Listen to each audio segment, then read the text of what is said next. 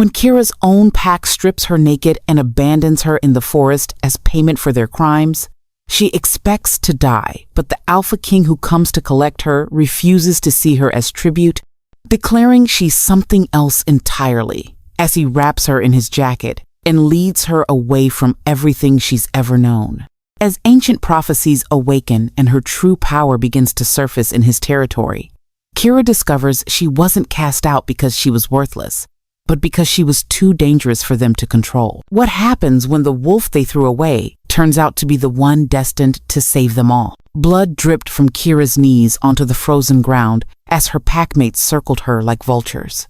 The sacred clearing should have felt safe. This was where wolves came to celebrate, to bond, to become family. Instead, the ancient stones witnessed her humiliation as rough hands tore away her ceremonial dress, leaving her shivering in nothing but moonlight and shame. "Please," she whispered. But Alpha Marcus turned his back on her like she meant nothing at all. Elder Sarah's weathered fingers pointed toward the dark forest beyond their territory. "The debt must be paid, child. Your sacrifice saves us all." Her voice cracked with fake sadness, but Kira caught the relief hiding underneath. They'd wanted her gone for years. Now they had the perfect excuse.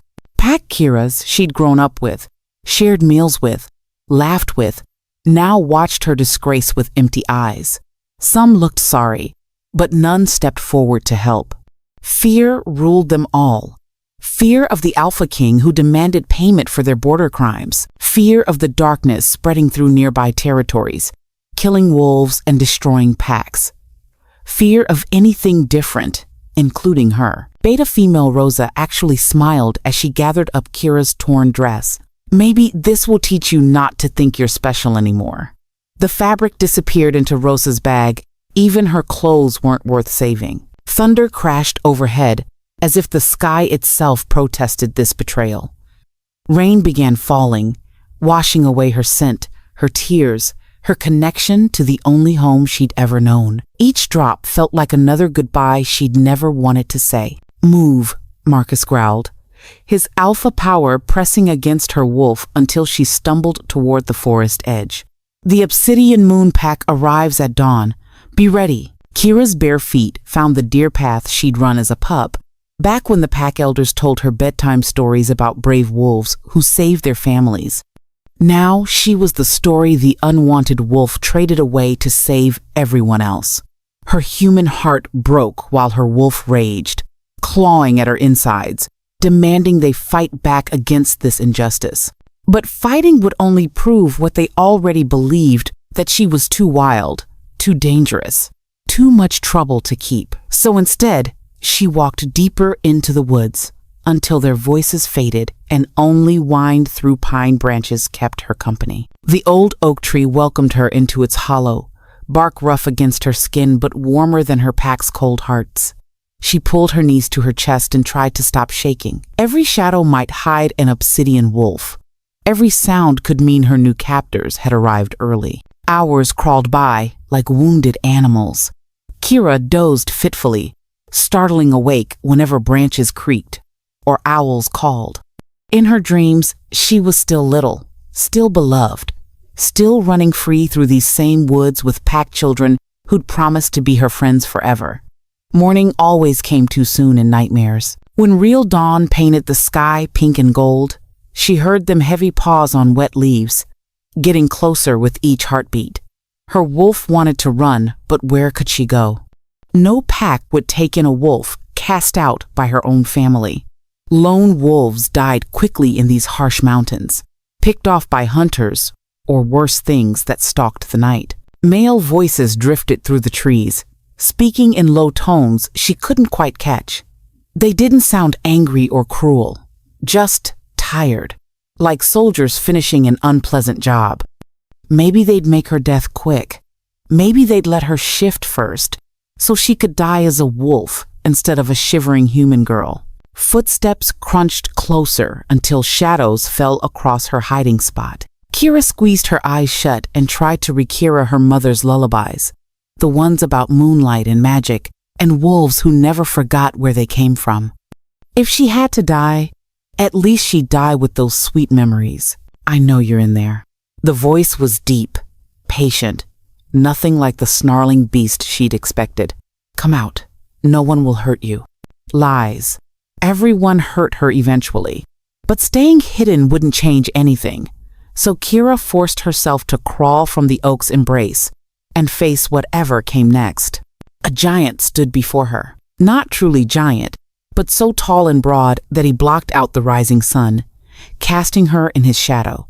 Dark hair fell across sharp cheekbones, and eyes like midnight studied her with an intensity that made her wolf whimper and hide deeper inside her chest. This had to be him, the Alpha King himself, come to collect his prize. Stand up, he said, voice carrying the kind of authority that made mountains bow and rivers change course. Kira's legs shook as she obeyed, autumn leaves clinging to her skin like tiny shields that did nothing to hide her nakedness.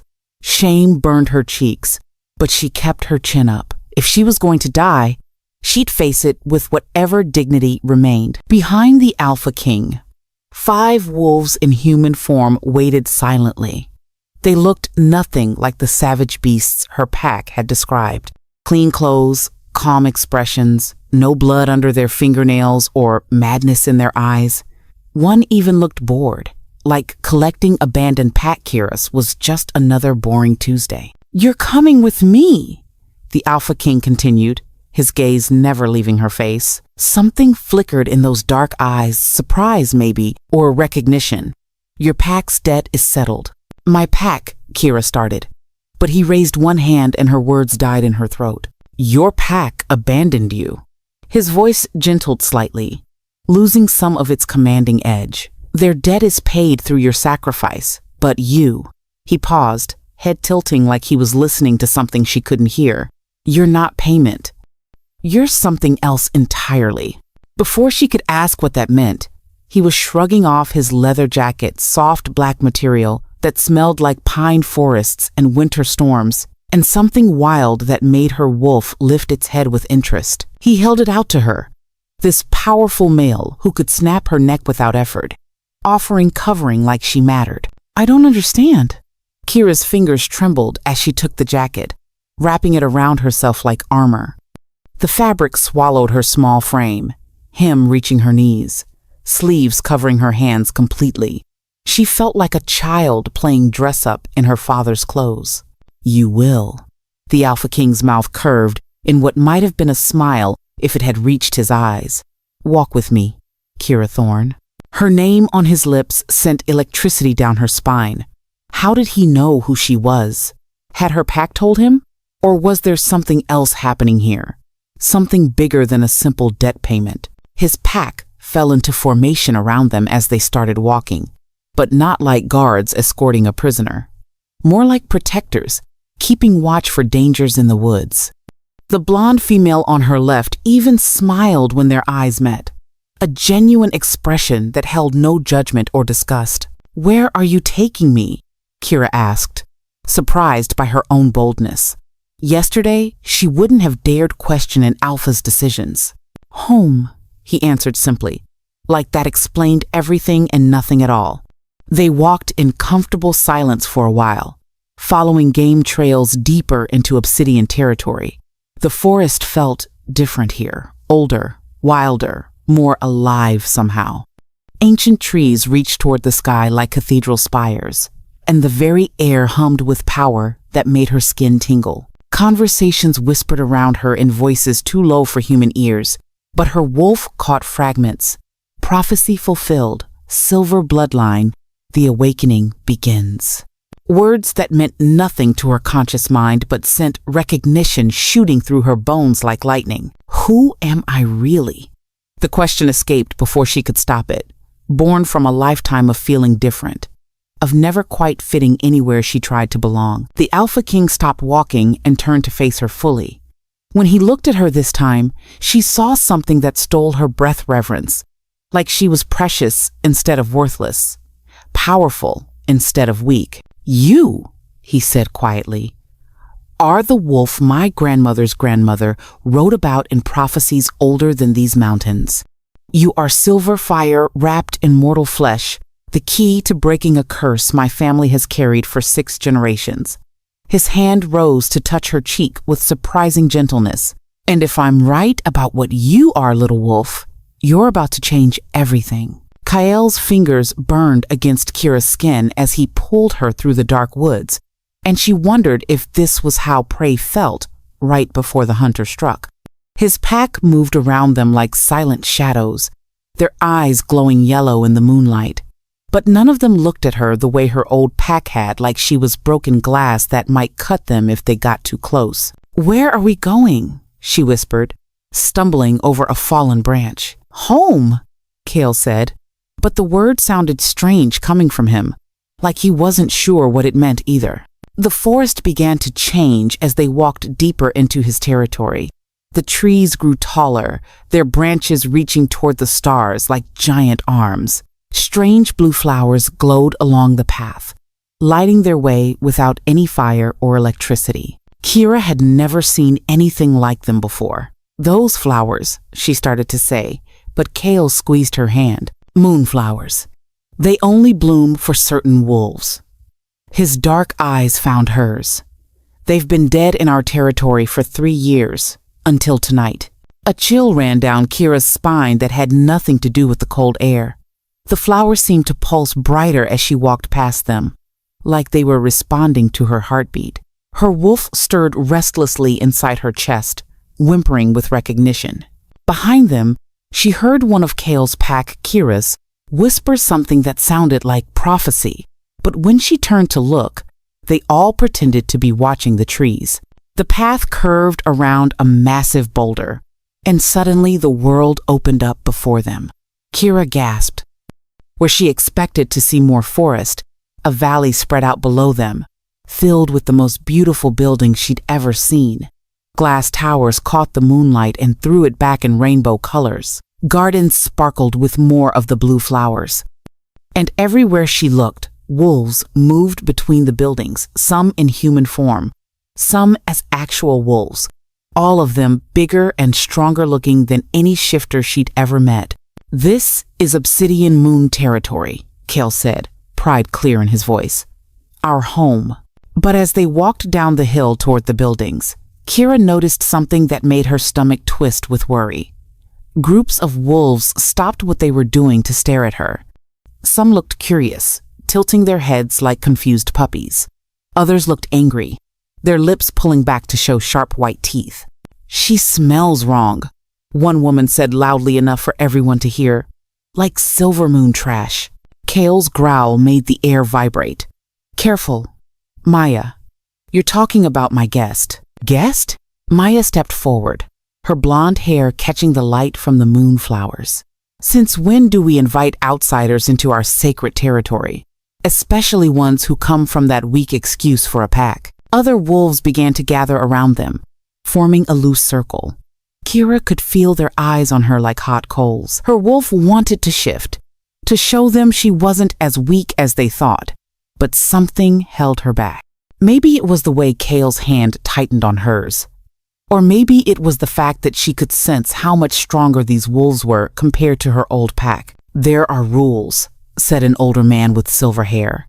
"Ancient rules about who can enter our territory during the dark moon." "Rules change," Kael said simply. But Kira heard the warning in his voice. "Not these rules," Maya shot back. "Not when they're written in blood and sealed with pack magic. You know what happened the last time someone broke them." The crowd grew quieter, and Kira felt like she was missing something important. What had happened before, and why did everyone keep looking at her like she was going to explode? A young boy pushed through the crowd, his eyes wide with excitement. "Is it true? Is she really the one from the old stories?" "Hush, Thomas," the silver-haired man said quickly. "Those are just fairy tales." But Thomas ignored him, bouncing on his toes as he stared at Kira. "My grandmother used to tell me about the silver wolf who would come when the pack needed her most. She said she'd have fire in her blood and moonlight in her eyes, and she'd make the dead flowers bloom again." Kira's breath caught in her throat. Silver wolf? But her wolf wasn't silver, it was ordinary brown, just like everyone else in her old pack, wasn't it? That's enough, Kyle said firmly, but his voice was gentler when he spoke to the boy. It's late, Thomas. You should be in bed. As they walked toward the largest building, Kira heard the conversations starting up again behind them. Words floated on the night air. Prophecy, bloodline, the curse, moonfire. None of it made sense, but all of it made her wolf pace nervously inside her chest.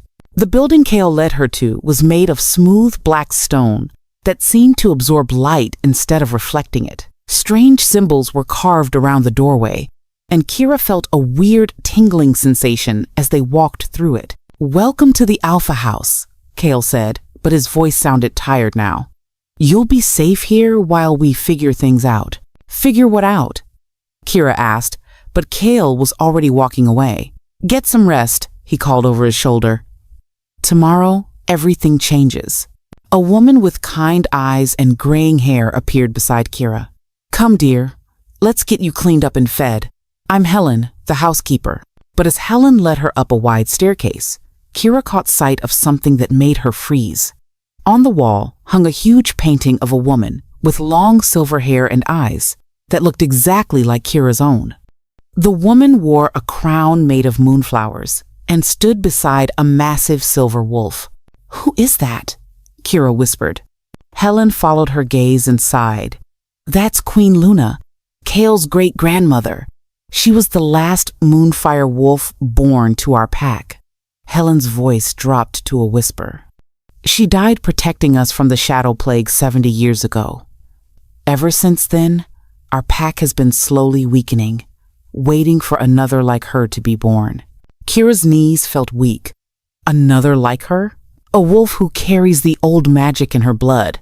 A wolf who can heal what's been broken and restore what's been lost.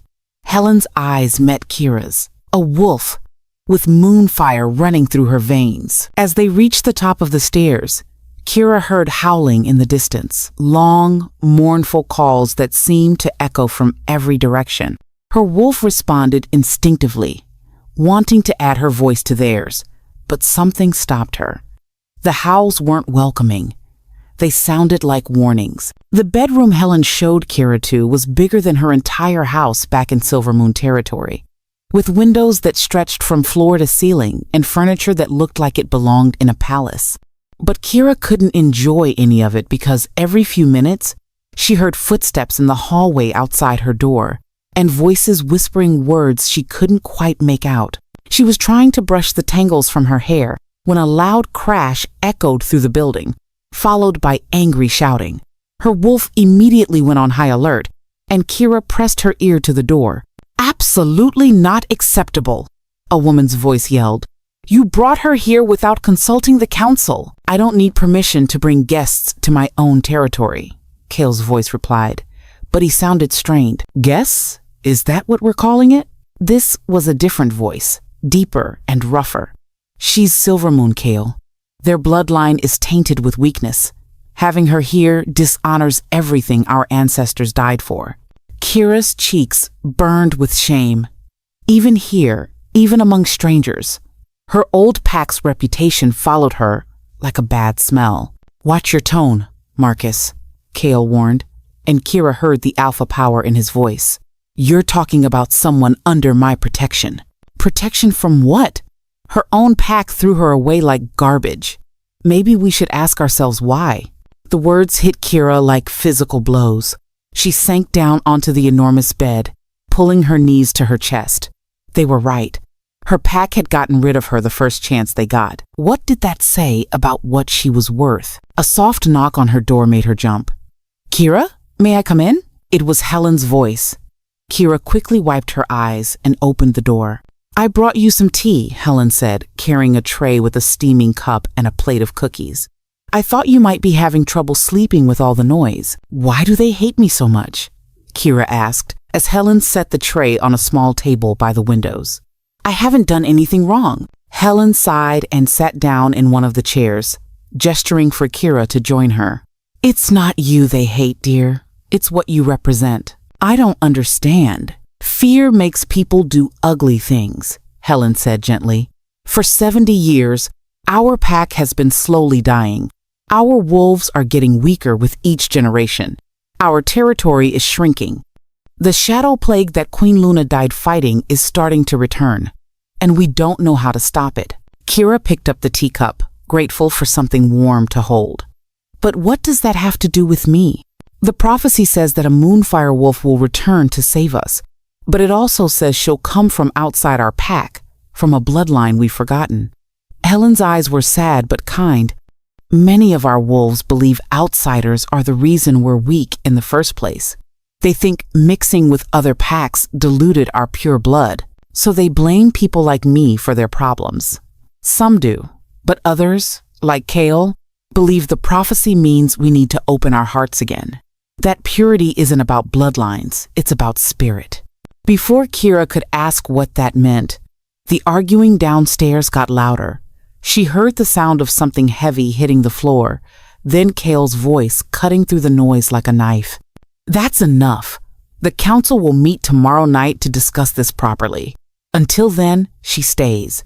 And anyone who has a problem with that can challenge me directly. The house went quiet after that. But it was the kind of quiet that felt dangerous, like the moment before lightning strikes. Helen stood up and patted Kira's shoulder. Try to get some rest, dear. Tomorrow will be a long day. But Kira couldn't sleep. Every time she closed her eyes, she saw the angry faces of Kale's pack Kiras, or heard their whispered words about tainted bloodlines and prophecies. Around midnight, she gave up and walked to the windows. The valley spread out below her, beautiful and mysterious in the moonlight. She could see wolves moving through the gardens and between the buildings, some in human form, others as actual wolves. They all looked so confident, so sure of their place in the world, everything she'd never been. A movement in the garden directly below her window caught her attention.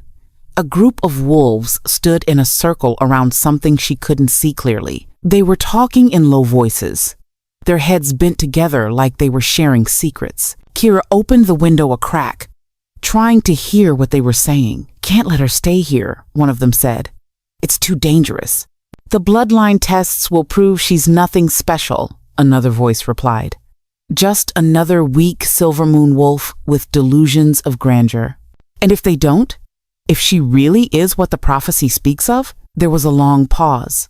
Then the first voice spoke again, and Kira's blood turned to ice. Then we'll have to make sure she has an accident before the council meeting. The pack's purity is more important than one outsider's life. Kira jerked back from the window, her heart pounding so hard she thought it might explode. They were planning to kill her. These wolves, who were supposed to be protecting her, were actually planning to murder her before she could prove whether or not she belonged here. Her wolf whimpered in terror, but underneath the fear, Kira felt something else stirring. Anger. Hot, fierce anger that made her hands shake and her vision blur red around the edges. She'd spent her whole life being pushed around by stronger wolves. Her pack had treated her like she was worthless, and now Kale's pack wanted to kill her just for existing. She was tired of being everyone's victim. Without really thinking about what she was doing, Kira began to undress. If they wanted to test her bloodline, if they wanted to see what she really was, then she'd show them. Her wolf was clawing at her insides, desperate to be free.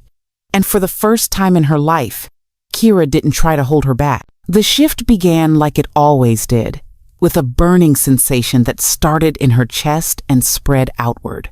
But this time felt different. This time, the fire was hotter, brighter, more intense than anything she'd ever experienced.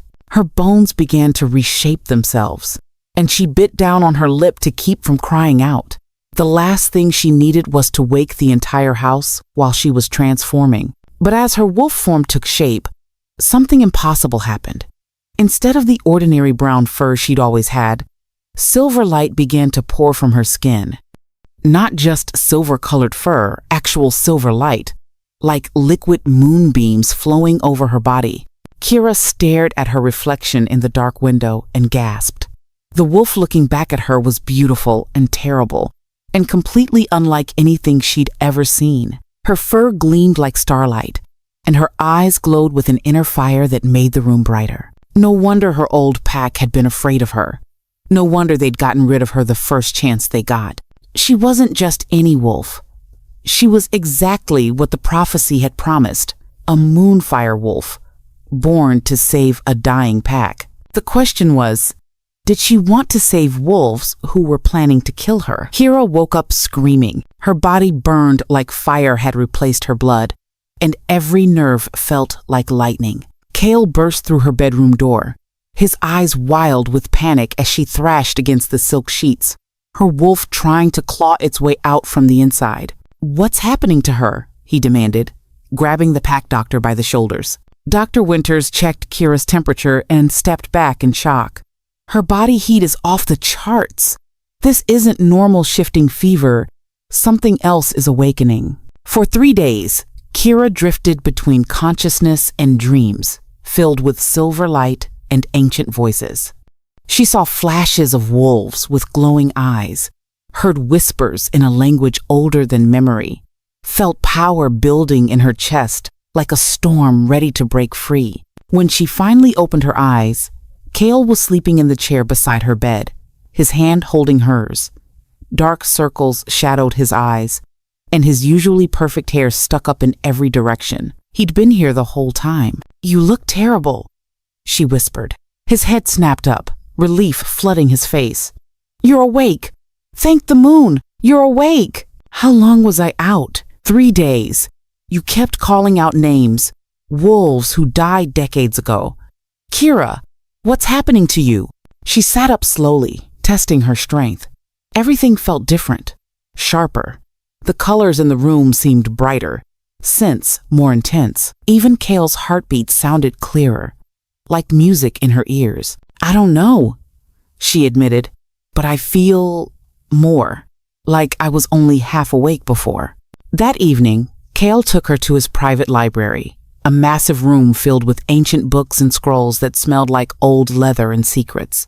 He pulled down a thick volume bound in silver wolf hide. "This book talks about wolves like you," he said, setting it between them on the couch. "Moonfire wolves. They appear once every few generations, when the pack faces its darkest hour." Kira traced the silver symbols on the cover. They seemed to glow under her touch. "What makes them different?" "They can do things other wolves can't. Heal with their touch, sense emotions across great distances. Some could even share their strength with the entire pack during battle." "That sounds like fairy tales." Kale opened the book to a page filled with beautiful drawings of wolves surrounded by silver light. "My great-grandmother was one. She saved our pack from a plague that would have killed us all. But the power came with a price. The stronger she became, the more dangerous she was to enemies." "Is that why my old pack was afraid of me?" "Probably. Moonfire wolves are protectors, but they're also weapons. In the wrong hands, they could destroy entire territories." Kira stared at the drawings, recognition stirring in her chest. The wolves in the pictures looked just like her wolf form, silver fur that seemed to glow from within, eyes like captured starlight. "There's something else," Kale said quietly. "Moonfire wolves can only reach their full power when they're with their true mate. The bond amplifies everything." Their eyes met across the book, and Kira felt that familiar electricity dancing between them. "Are you saying?" "I'm saying maybe there's a reason you ended up here. Maybe it wasn't just chance." Before she could respond, shouting erupted from the courtyard below. They rushed to the window to see pack Kiras running in all directions, panic written on their faces. "What's going on?" Kira called down. Beta Marcus looked up with frightened eyes. "The borders are under attack. 3 different packs, all at once. They're demanding we hand over the Moonfire wolf, or they'll burn us out." Kale's face went dark with rage. "How do they even know about her?" "Someone's been talking," Marcus replied grimly, "spreading word that we have a weapon they want to control." Kira's stomach dropped. "This is my fault. I brought danger to your pack." "No," Kale said firmly, taking her hands. This proves exactly what we suspected. You're not just powerful, you're powerful enough that others will risk war to possess you. So what do? We prepare for battle. And you need to decide if you're ready to discover what you're truly capable of. That night, as the pack prepared their defenses, Kira found herself standing on the roof of the main house, looking out at the forest where enemy wolves gathered just beyond their borders. She could smell their fear and greed mixing together in the wind. Kale climbed up beside her, carrying 2 steaming mugs of tea. Having second thoughts about staying? About staying? No. About whether I'm strong enough to protect everyone I care about? Definitely. You know what I think? He handed her a mug, their fingers brushing. I think you've been protecting people your whole life. Your old pack might have thrown you away, but not before you spent years making yourself smaller so they'd feel safer. Maybe? Kira, look at me. When she turned, his dark eyes were serious. Tomorrow, there's going to be a fight, and for the first time in your life, I want you to stop holding back. Stop making yourself smaller. Let them see exactly what they're dealing with. What if I can't control it? Then I'll be right there to help you. That's what mates do. They balance each other. The word mates hung in the air between them like a bridge waiting to be crossed. Kira felt her wolf stirring with recognition and longing. Kale, you don't have to say anything tonight, he interrupted gently. Just promise me that tomorrow you'll fight like the moonfire wolf you were born to be. She nodded, and as if summoned by her decision, silver light began to glow softly under her skin. Kale's eyes widened in wonder as the light grew brighter, spreading from her hands up her arms. It's beautiful, he breathed. It's terrifying, she corrected. It's both, just like you. The attack came with the dawn, just as Kira was learning to control the silver fire that now danced freely around her fingertips. Hundreds of wolves poured from the forest like a dark flood, their howls splitting the morning air. Leading them were 3 alphas Kira recognized from gatherings her old pack had attended, ruthless leaders who collected powerful wolves like trophies. There! Alpha Cain from the Blood Moon pack pointed directly at her as she stood on the main house balcony. The Moonfire Wolf! Take her alive! Kale shifted beside her, his massive black wolf form bristling with protective fury. Below them, the Obsidian pack took defensive positions, but they were outnumbered 3-1. I won't let them use you as a weapon, Kale's voice echoed in her mind through their forming bond. And I won't let them hurt your pack because of me, she replied. The first wave of attackers hit the outer defenses like a battering ram. Kira watched in horror as wolves she'd begun to care about were overwhelmed by sheer numbers. Beta Raven, who'd been so hostile at first, was fighting desperately to protect a group of teenage wolves who weren't old enough to battle. I have to help them, Kira said, but Kale blocked her path. It's too dangerous. You don't know how to control your power yet. Then I guess I'll learn fast. Before he could stop her, Kira leaped from the balcony, her body shifting mid-air into her wolf form. Silver light exploded around her as she landed among the attackers, and for a moment, everyone stopped fighting to stare. She was magnificent, twice the size of a normal female wolf, her fur blazing like captured moonlight. When she opened her mouth and roared, the sound carried power that made enemy wolves stumble backward in fear. But Alpha Cain recovered quickly. Surround her! Use the nets! Kira's heart sank as she saw the silver nets flying toward her. They'd come prepared for a moonfire wolf. The nets were inscribed with symbols that would drain her power and trap her in human form. From Kale's perspective high above, watching the nets close around his mate felt like having his heart ripped out. Every instinct screamed at him to dive down and fight beside her, but tactical thinking held him back.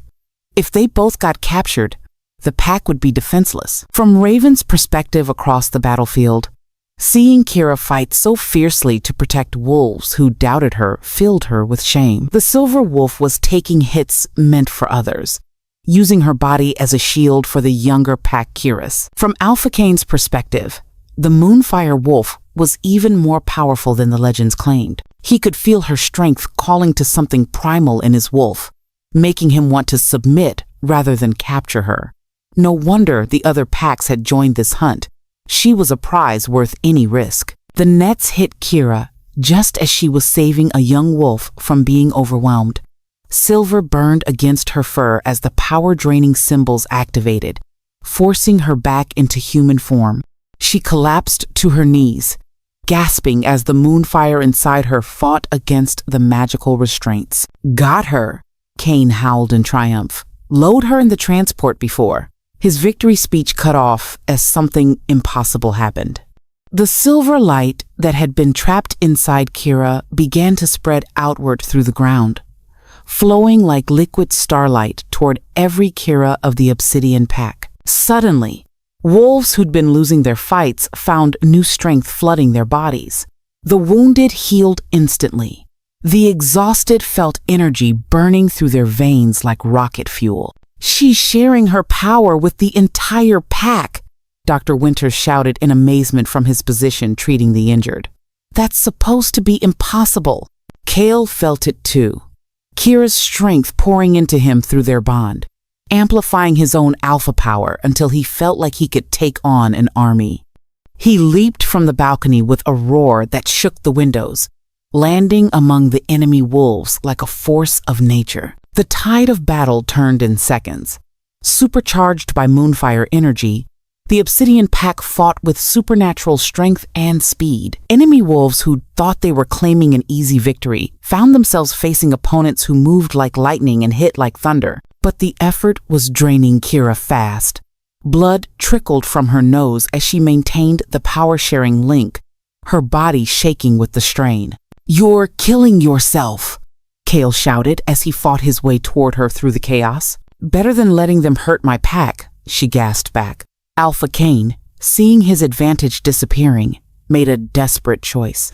He charged directly at Kira with a silver blade designed to cut through magical bonds, intending to either claim her or destroy her before she could escape. The blade was inches from her throat when Raven appeared out of nowhere, throwing herself between them. The silver cut deep across her shoulder, and she collapsed with a cry of pain.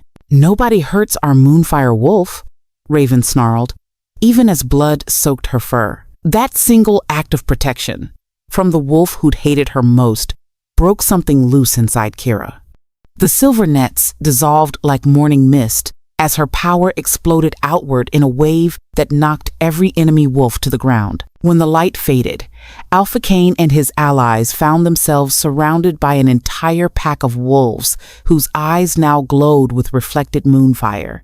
Even the youngest Kiras looked dangerous enough to give them nightmares. "I think," Kira said quietly, standing naked and unashamed in the center of the battlefield, with silver light still dancing around her skin, "it's time for you to leave." The three invading packs retreated so fast they left dust clouds behind them. As the Obsidian Wolves celebrated their victory, Kira collapsed into Kale's arms, completely drained but smiling. She'd found her power, her purpose, and her place in the world all in one morning. "Still think I'm too dangerous to keep around?" she asked weakly. "I think," Kale replied, carrying her toward the house as the pack cheered around them, "you're exactly dangerous enough." The morning sun painted blood across the sky as Kira stood in the center of the destroyed courtyard, her silver wolf form glowing like starlight against the rubble. Bodies lay scattered around her, some breathing, some not, but her eyes stayed locked on the figure crawling toward the forest edge. Marcus Gray, her former alpha, dragged himself through the dirt with one arm, his wolf too broken to shift. "Wait!" she called out, her voice carrying power that made every conscious wolf freeze, even in human form now, wrapped in Kael's torn shirt. She radiated authority that none of them had ever felt from her before. "We're not done talking." Marcus stopped crawling. His shoulders shook as he slowly turned to face her, blood trickling from his mouth. "Kira, please. I know we made mistakes, but..." "Mistakes?" Her laugh cut through the air like breaking glass. You sold me like cattle. You stripped me naked and left me for dead. And now you come here with weapons, trying to drag me back? She took a step forward, and the ground beneath her feet seemed to pulse with silver light. Tell me, Marcus, what changed your mind about worthless little Kira? Behind her, Kale and his pack warriors watched in fascination. They'd never seen their new Alpha Queen unleash her full presence before. The air itself seemed to bend around her, thick with ancient magic that made their wolves whimper in recognition. The darkness is coming, Marcus whispered, his eyes wide with terror. The shadow wolves from the northern territories. They've already taken 3 packs. Without your power, without the moonfire you carry, my people will be slaughtered. Please, I'm begging you. Now you beg. Kira's eyes blazed silver white. Where was this concern when you held me down and tore my ceremonial robes off? Where was this respect when you told me I was payment for your crimes? Raven Blackwater, the beta female who had challenged Kira's presence just days ago, stepped forward. Her amber eyes showed something Kira had never expected to see: shame. Alpha Queen, she said quietly, using the title for the first time. May I speak? Kira nodded, curious. I was wrong about you, Raven continued, her voice breaking slightly. We all were. When you placed yourself between those attackers and our pups, when you fought like a fury to protect children who aren't even your blood, I've never seen anything like it. You're not Silvermoon trash. You're what legends are made of. The other Obsidian pack, Kira's murmured agreement, their heads bowing in respect. Even the wounded Silvermoon attackers, who could still move, seemed to shrink under Kira's presence. But Kira's attention stayed fixed on Marcus. You want to know what the real tragedy is? She asked, circling him slowly like a predator. I would have helped you anyway. If you'd come here with honesty instead of weapons, if you'd asked instead of demanded, if you'd treated me like a person instead of property to be reclaimed, I would have fought your shadow wolves for you. Marcus's face crumpled. Kira, but you didn't. Her voice dropped to a whisper that somehow carried to every corner of the courtyard. You came here with chains and collars, thinking you could drag me back to a life where I spent every day apologizing for existing. You thought you could force me to dim my light again, to make myself small and quiet and grateful for whatever scraps of acceptance you threw my way. She knelt down beside him, and for a moment, her expression softened with something that might have been pity. I spent 18 years believing I was broken, Marcus. Believing that something was wrong with me because I felt things too deeply, because my wolf was too strong, because I couldn't fit into your neat little boxes. Do you know what I've learned in the past week? What? He whispered. I was never broken. I was just planted in the wrong soil. She stood, her hand reaching for Kale's as he moved to stand beside her. The moment their fingers touched, silver and midnight energy swirled around them both, beautiful and terrible. This is my soil now. This is where I bloom. Kale's voice rumbled with pride as he addressed the gathered wolves. Let it be known throughout all territories, Kira Thorne is under the protection of the Obsidian Moon Pack. She is my mate, my equal, and my queen. Anyone who threatens her threatens me directly. But what about the Shadow Wolves? Cried one of the injured Silvermoon warriors. They'll reach our territory within days. Without her, we're all going to die. Kira exchanged a look with Kale, seeing her own thoughts reflected in his dark eyes. The northern threat was real. They'd heard the reports themselves. Entire packs wiped out by creatures that seemed to be more darkness than wolf, feeding on fear and growing stronger with each victory. I won't abandon innocent people to die because of their alpha's mistakes, Kira said finally. But I won't be your savior either. I'll be your ally if you can learn the difference. She turned to address both packs, her voice carrying clearly across the courtyard. Here's what's going to happen. The Shadow Wolves are a threat to all of us, not just Silvermoon. We'll face them together as equals. But first, Marcus, You're going to return to your territory and explain to your pack exactly why I left. No lies, no spinning the story to make yourselves look better. They deserve to know the truth about what their alpha is willing to do when he's scared. Marcus nodded frantically. Yes, anything you ask. And you're going to establish new laws about how packless wolves are treated. No more using people as bargaining chips. No more sacrificing the vulnerable to save your own skin. Her eyes glowed brighter. Because if I ever hear of you treating another pack Kira the way you treated me, I'll come for you myself. And next time, I won't be so merciful. The fallen alpha struggled to his feet, bowing his head in submission. It will be done, Alpha Queen. I swear it on my wolf's honor. As the Silver Moon wolves limped away to tend their wounded and deliver Kira's message, Kale pulled her close, his lips brushing her temple. You could have destroyed him, he murmured.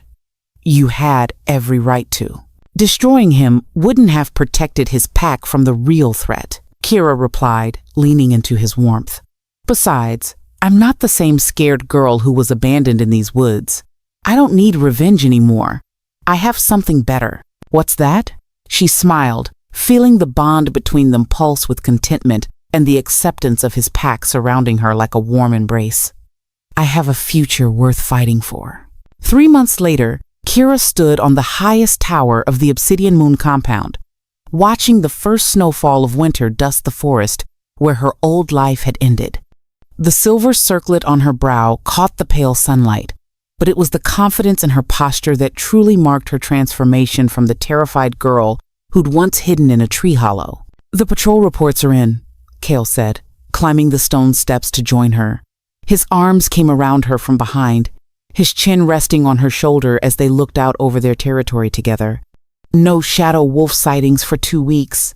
Marcus thinks they've moved on to easier targets. Or they're regrouping, Kira mused, her fingers tracing patterns in the frost on the stone windowsill. Creatures that feed on fear don't just give up. They find new ways to spread terror. The battle against the shadow wolves had been unlike anything either pack had faced before. The creatures moved like living nightmares, shifting between solid and smoke, their howls carrying despair that could break a warrior's spirit before the real fighting even began. It had taken all of Kira's moonfire power, combined with the Obsidian Pack's tactical brilliance, to drive them back into the northern wastelands. You saved them all, you know, Kale said softly. Not just Silvermoon, but every pack in the region. The shadow wolves would have kept spreading south if we hadn't stopped them. Kira turned in his arms, studying his face. We saved them. This wasn't a one-woman victory, and you know it. Your pack's strategy, Raven's battlefield leadership, even some of the Silver Moon warriors stepping up when it mattered, everyone played a part. It was true. The cooperation between the two packs had surprised everyone, especially when several young Silver Moon wolves had requested permission to stay and train with the Obsidian warriors. Raven had taken them under her wing, teaching them advanced combat techniques, while Kira worked with them on accessing their deeper wolf instincts. Speaking of Raven, Kale grinned. She wanted me to tell you that the new recruits are ready for their final test. Apparently, your training methods are producing some impressive results. Kira laughed, recurring her first day attempting to teach pack dynamics to wolves who'd been raised to see hierarchy as rigid and unchangeable. They just needed someone to show them that strength comes in different forms. Not every wolf is meant to be a frontline fighter, but everyone has value in a pack structure. The changes had been gradual but profound. The Obsidian Pack, once notorious for their cold efficiency, had become warmer under Kira's influence. Pack meals were communal affairs now, with laughter echoing through the Great Hall. Training sessions focused as much on cooperation as competition. Even the pups seemed more confident, secure in the knowledge that their pack valued each individual's unique gifts. Marcus sent another letter, Kale mentioned, pulling a cream-colored envelope from his jacket pocket. He wants to formally establish an alliance treaty between our packs, something about making our cooperation against external threats official. Kira took the letter, but didn't open it immediately. What do you think? I think he's genuinely trying to change, Kale said carefully. The reports from our border scouts suggest he's keeping his promises about Pack Kira treatment. No more using wolves as payment or punishment. He's even established a council system where pack decisions are made by group discussion rather than alpha decree alone. That's good, Kira nodded. Real change, not just pretty words. She finally opened the letter, scanning Marcus's careful handwriting. His formal language couldn't hide the genuine remorse that came through in every line. He wrote about pack reforms, about memorial services for wolves who died in shadow wolf attacks, about young Pack Kiras asking questions he'd never considered before. But it was the final paragraph that made her pause. I know I have no right to ask for forgiveness, Alpha Queen. I know that what I did to you was unforgivable, and I'm not writing this letter to make myself feel better about past actions. I'm writing because your example has shown my pack what real leadership looks like. You turned a moment that should have destroyed you into an opportunity to save everyone around you. That's the kind of alpha I want to become, even if it takes me the rest of my life to get there. He's really trying, she said quietly, showing KL the letter. Does that change how you feel about what happened? Kira considered the question seriously. No, it doesn't erase the hurt or make what he did acceptable. But it does give me hope that other wolves won't have to go through what I did. Sometimes that's the best kind of justice, not punishment, but prevention. A commotion in the courtyard below drew their attention. A group of packless wolves had arrived, travel-worn and exhausted, being welcomed by obsidian warriors with warm blankets and hot food. It had become a common sight over the past months, displaced wolves seeking sanctuary, drawn by stories of a pack that judged worth by character rather than bloodline. We're going to need to expand the territory again, Kale observed, watching the new arrivals with satisfaction rather than concern. At this rate, we'll be the largest pack in the region by spring. Good, Kira said firmly. Every wolf deserves a place to belong. Every wolf deserves to feel valued. That evening, as snow continued to fall outside, Kira found herself in the pack's common room, surrounded by a mix of original obsidian Kiras, former Silvermoon wolves, and newly arrived packless individuals. They were planning the winter solstice celebration, their voices blending together in animated discussion about traditions and new ideas. Young Maya, a former packless wolf who'd arrived just weeks ago, looked up from the decoration she was weaving. Alpha Queen, will you tell us the story again? About the night you came here? Other voices joined in the request, and Kira felt a familiar warmth spread through her chest. Which part of the story do you want to hear? The part where you realized you weren't broken, said Daniel, one of the Silvermoon transfers. The part where you figured out you were just planted in the wrong soil. As Kira began to speak, weaving the tale of her transformation from abandoned wolf to Alpha Queen, she caught Kale's eye across the room. He was leaning against the stone fireplace, watching her with the same wonder and pride he'd shown that first night when she'd stood up to his pack's challenges. The most important thing I learned, she concluded, her gaze encompassing every face in the room, is that you can't bloom where you're not valued. But when you find the right place, the right people who see your worth, that's when you discover just how bright you can shine. Later, as the pack Kiras gradually dispersed to their quarters, Kira and Kale walked hand in hand through the moonlit corridors of their home. The stone walls that had once seemed like a fortress now felt like sanctuary, filled with the sounds of contentment and belonging. Any regrets? Kale asked, echoing the question he'd posed months ago in the forest where it all began. Kira paused at the great window overlooking the courtyard, watching the snow transform the landscape into something magical and new. In the distance, she could see the lights of the Silvermoon territory, no longer a source of pain, but simply another part of the world she'd helped protect. Only that it took me so long to understand the difference between being wanted and being needed, she replied, her hand moving to rest over her heart, where the mating bond hummed with quiet joy. I spent so many years trying to be what others needed me to be. Now I get to be what I choose to be. And what's that? She smiled, turning to face the wolf who'd seen her worth when she couldn't see it herself. The pack that had become her family, the future that stretched ahead of them, bright with possibility. Free,